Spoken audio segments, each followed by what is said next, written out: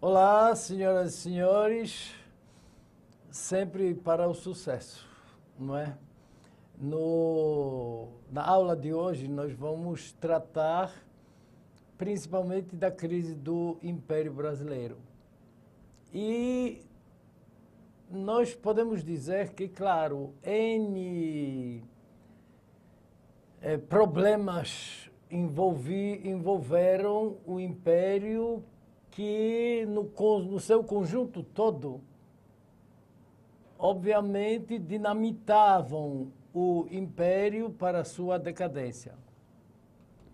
Mas talvez o fator mais importante, que era a base do sustentáculo do Império, foi a abolição da escravidão.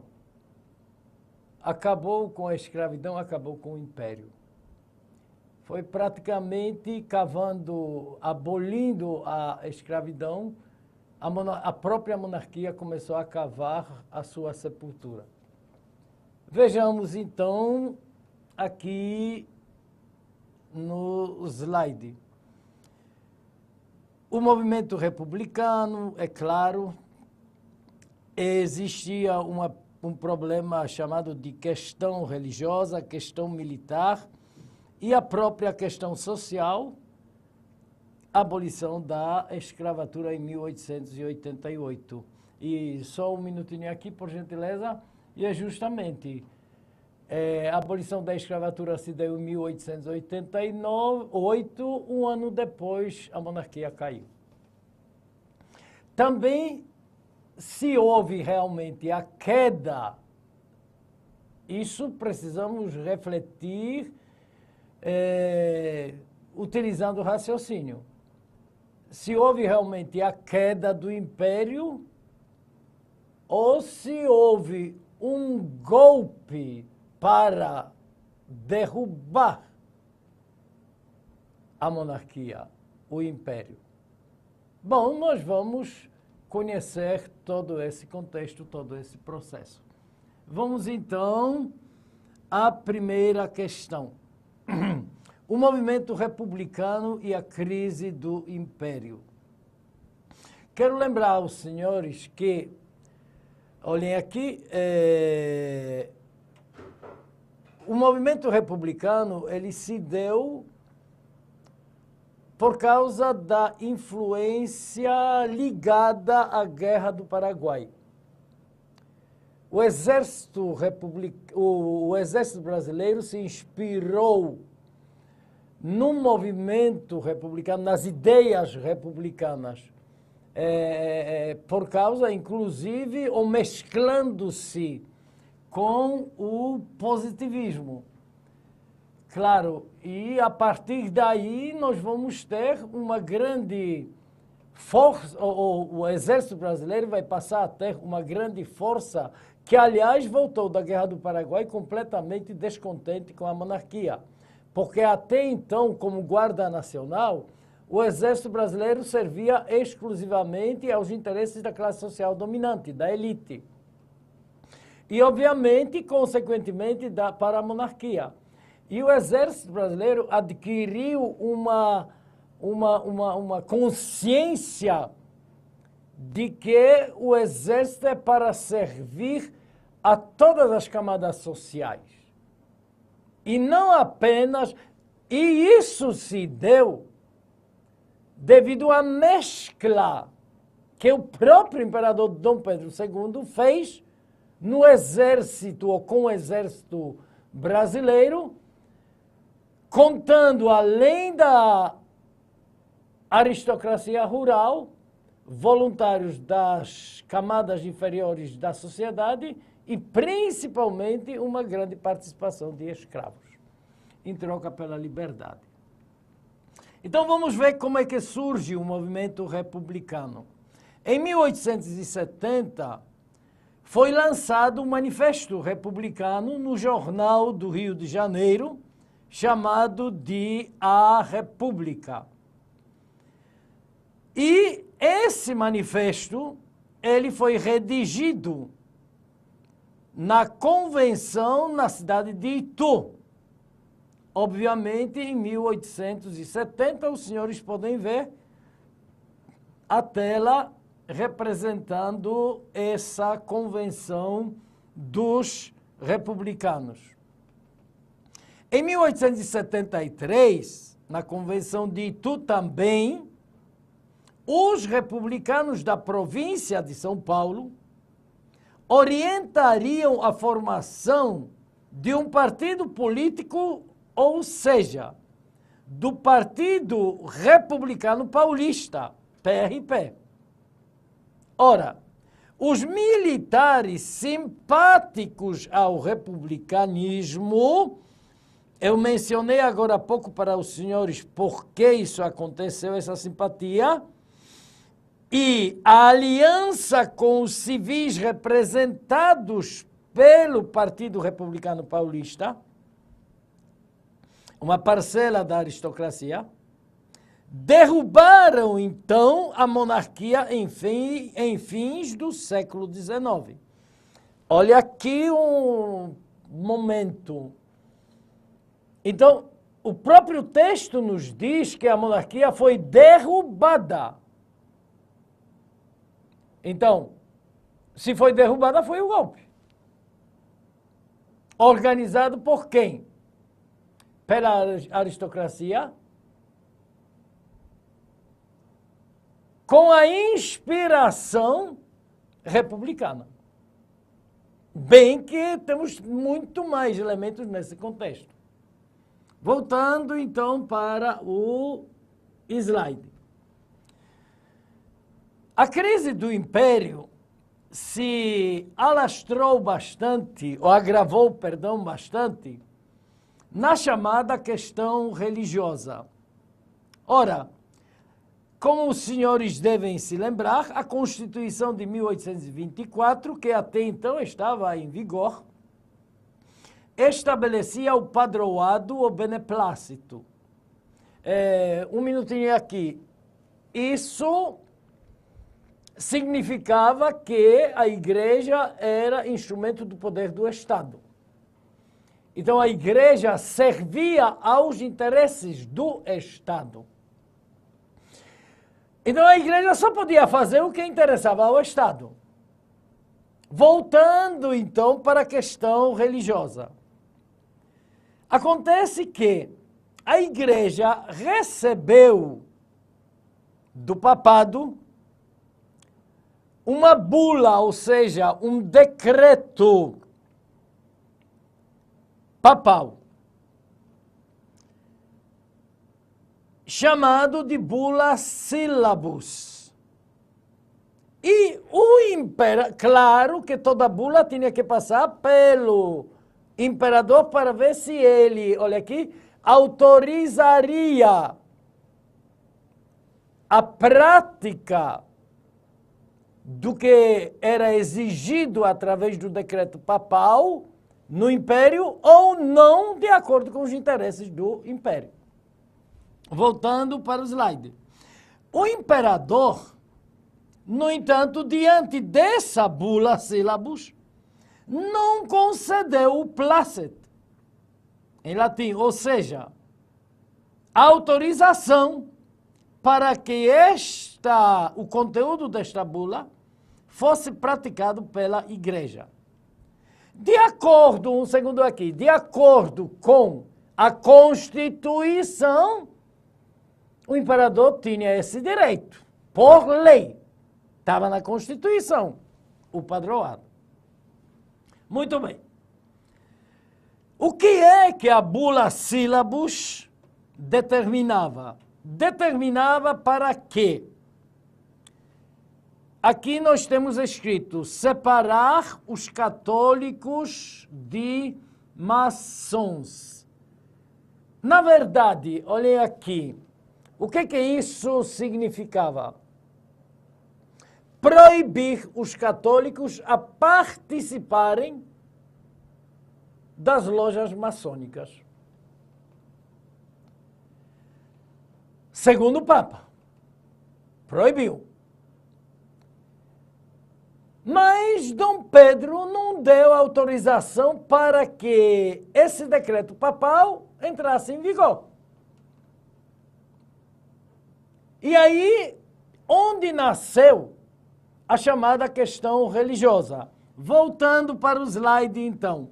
2 bispos, um de Olinda e o outro de Belém, no entanto, não respeitaram a ordem imperial, desacataram a decisão do imperador e, obviamente, foram presos.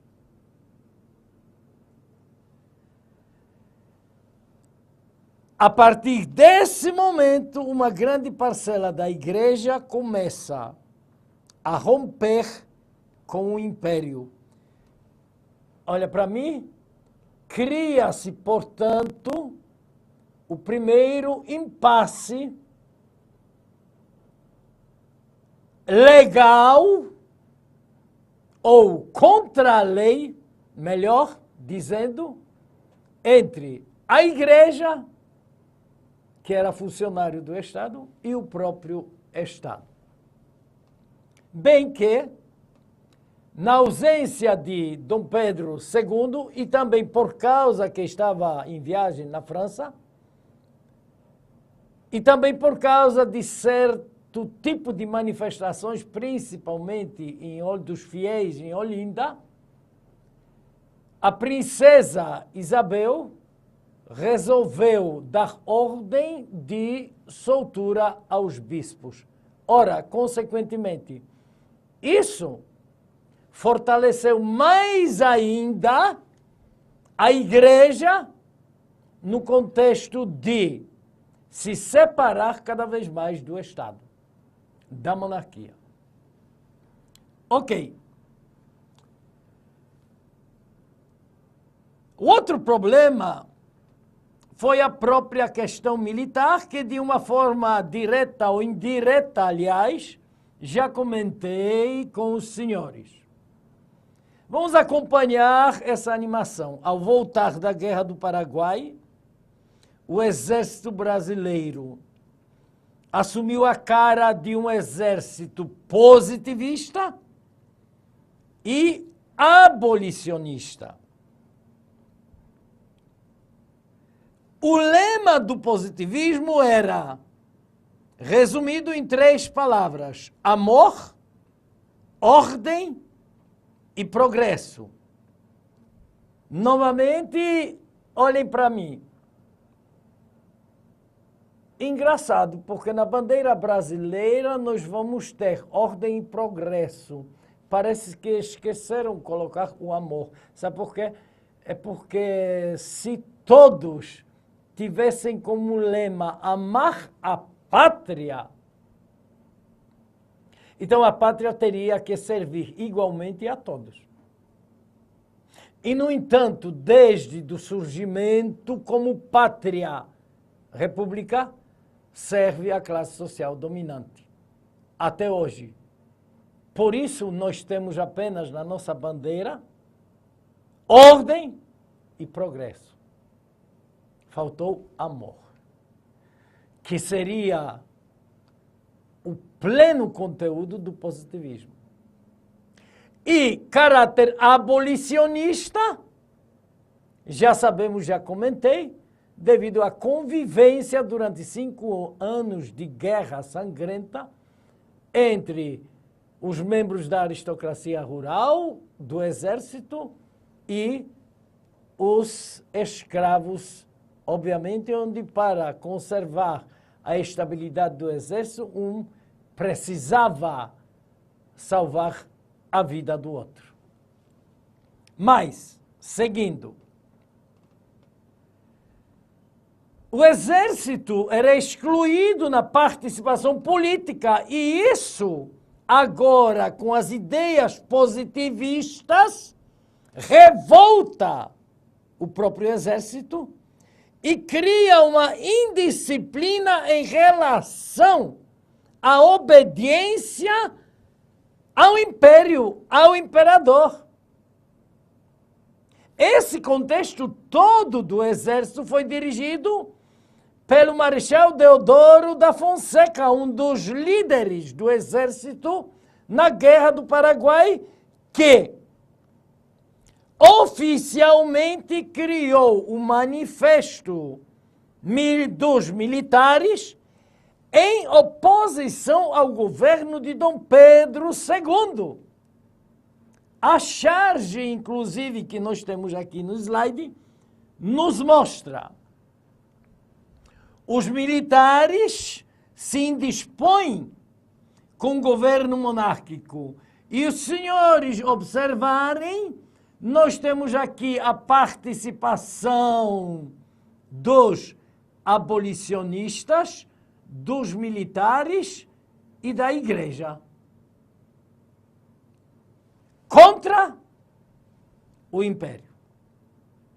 Então, olha aqui, o golpe estava se desenhando. Vamos mais.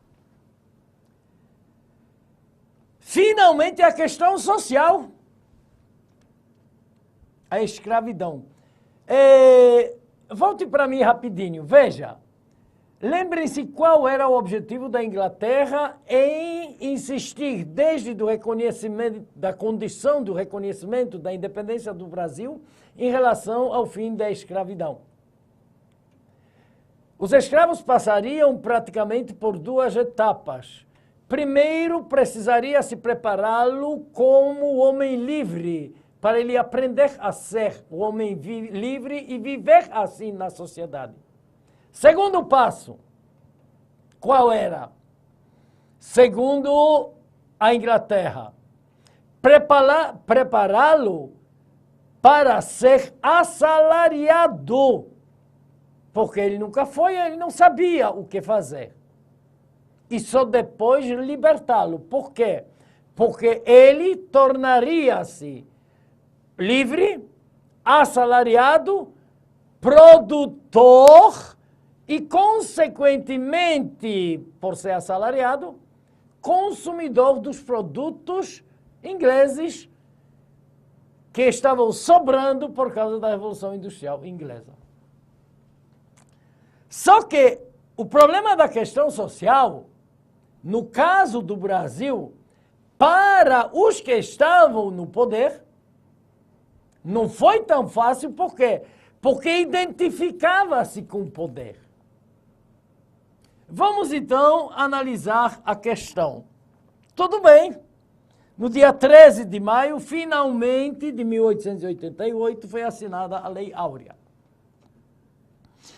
Mas vejam bem a observação que eu coloquei. Não houve indenizações aos proprietários. De novo, olhem aqui. Simplesmente, de noite para o dia, o escravo deixou de ser escravo e passou a ser um homem livre. Então, o seu dono perdeu a propriedade. Porque o escravo era propriedade do dono. Muitos aristocratas, escravocratas, entraram até em falência. Então, obviamente, qual vai ser a atitude deles?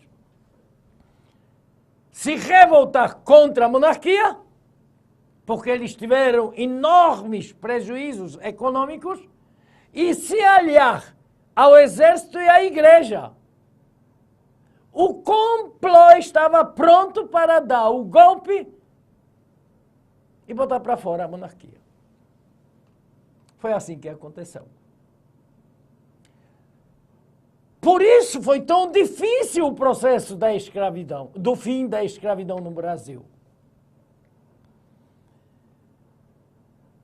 Obviamente, ideologicamente, rompendo com o império, aliaram-se aos republicanos, sendo chamados, inclusive, por eles, de republicanos de última hora. Aí, a tela mostrando a assinatura da Lei Áurea pela princesa Isabel na ausência de Dom Pedro II. Muito bem. Vamos ver como é que foi esse processo da abolição da escravatura no Brasil. Primeiro item, quem participou nesse processo todo. Para começar, a Inglaterra, a partir de 1808, já aboliu. No Brasil, o primeiro grupo, a burguesia do café no Oeste Paulista, a partir de 1850. Depois, o Exército Brasileiro, após a Guerra do Paraguai. Depois, o Partido Republicano, a partir de 1870, depois da Guerra, principalmente do Paraguai. Depois, a ideologia do positivismo de Benjamin Constant. Finalmente, a Igreja após a questão religiosa, a própria maçonaria e várias sociedades abolicionistas que se formaram. Então, o processo foi muito longo. Finalmente, por causa da pressão de todas essas identidades, no dia 28 de setembro de 1871, assina-se a lei do ventre livre. Acabava com a escravidão? Não.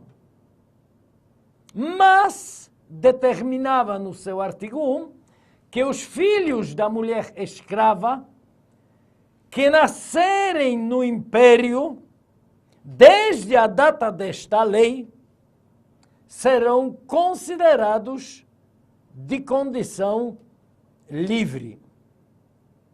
Sim, e a mãe? E o pai? Então o problema não foi resolvido, pelo contrário, complicou-se mais. Por que é que foi tão difícil a monarquia acabar com a escravidão no Brasil? Que apenas tomava medidas paliativas. Vamos lá. Em 1885, surgiu uma nova lei. A pressão continuava sobre a monarquia. A lei número 3.270, também conhecida como Lei dos Sexagenários ou Lei Saraiva-Cotegipe, o seu autor, que foi promulgada e garantia a liberdade aos escravos com mais de 60 anos de idade. Meu irmão, um homem que viveu a condição de escravo por 60 anos, era capaz de quê? Essa ilustração basta. Não precisa mais nada. E ainda tiravam onda na cara de Princesa Isabel quando os abolicionistas, claro, quando presenteavam-a por diversas vezes com a flor chamada de camélia, que era o símbolo do movimento abolicionista, e ela nunca se ligou a esse detalhe.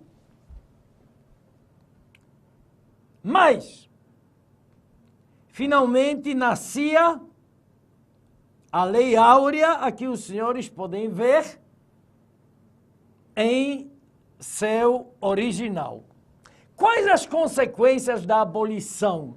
Justamente,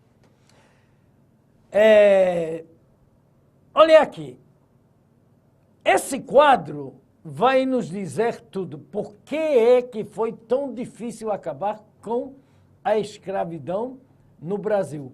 E por que foi tão fácil acabar com a escravidão nas colônias inglesas pela Inglaterra? Porque lá a burguesia fez uma revolução gloriosa, aboliu o Estado moderno inglês, absolutismo, introduziu parlamentarismo constitucional, monarquia constitucional, baseada no parlamentarismo, impôs, tornou a Inglaterra Estado livre com a classe social dominante burguesia, que investiu e partiu para a Revolução Industrial. Então, consequentemente, com o tempo precisava de cada vez maior mercado trabalhador e mercado consumidor. E 70% dos habitantes das colônias inglesas eram escravos. Então era melhor transformá-los em livres, mão de obra assalariada, porque se tornaria produtora e, obviamente, consumidora dos produtos ingleses. Então a questão era essencialmente econômica. Só que a cara do Brasil era outra, completamente diferente. Era império, era monarquia, era aristocracia rural, classe social dominante. A quem interessa só tirar e nunca investir.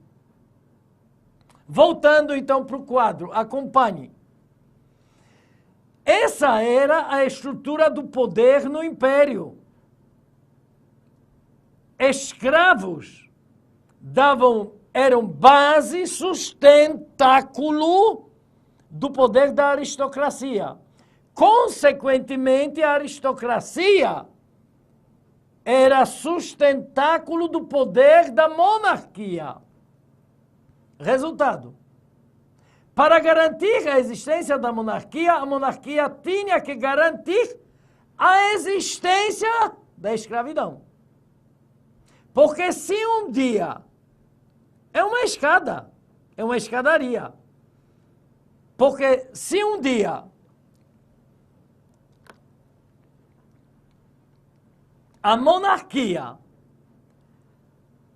retirasse esse degrau sustentáculo de toda a estrutura do poder, ou seja, acabasse com a escravidão, a aristocracia ruía, porque a sua base sumiu, e, consequentemente, a monarquia caía. E foi isso que aconteceu. Tanto é que Barão de Cotegipe disse à princesa Isabel: a senhora acabou de redimir uma raça e perder o trono. Claro! E do outro lado,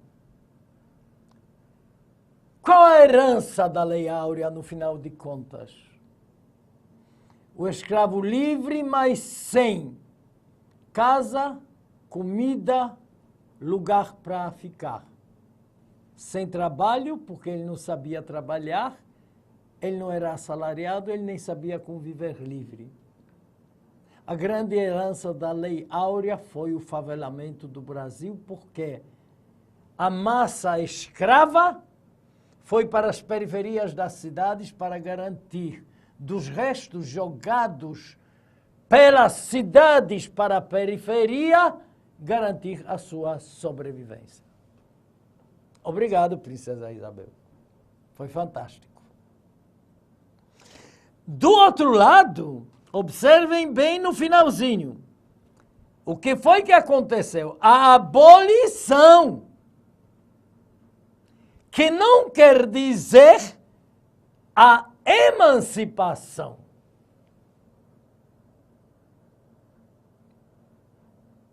Aliás, na prática, até hoje. Existem leis, mas elas não são literalmente cumpridas.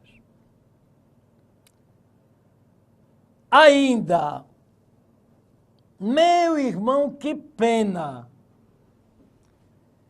O Museu Imperial de Petrópolis, no Brasil, não tem o que fazer com dinheiro. Resolveu comprar de Dom Pedro Carlos, descendente da bisavó princesa Isabel, resolveu vender a pena com qual foi assinada a primeira via da Lei Áurea, por R$500 mil. Absurdo. Uma pena que deu favelamento ao Brasil. Que lembrança!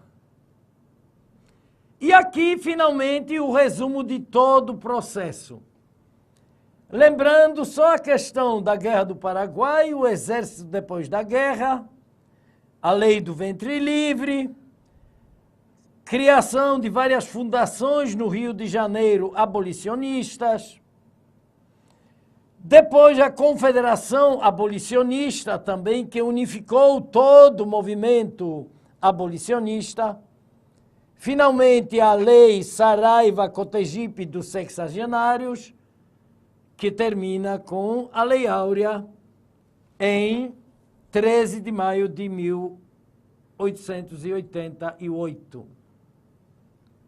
Nascia assim a República, ou seja, concretizava-se o golpe em cima da monarquia que prejudicou todos aqueles que até então davam o sustento e a garantia do poder à monarquia, ao império da família de Bragança de Portugal. Nascia a República como resultado de um golpe. Senhores, por hoje é só. Sempre imenso prazer e sucesso. Tchau, até a próxima.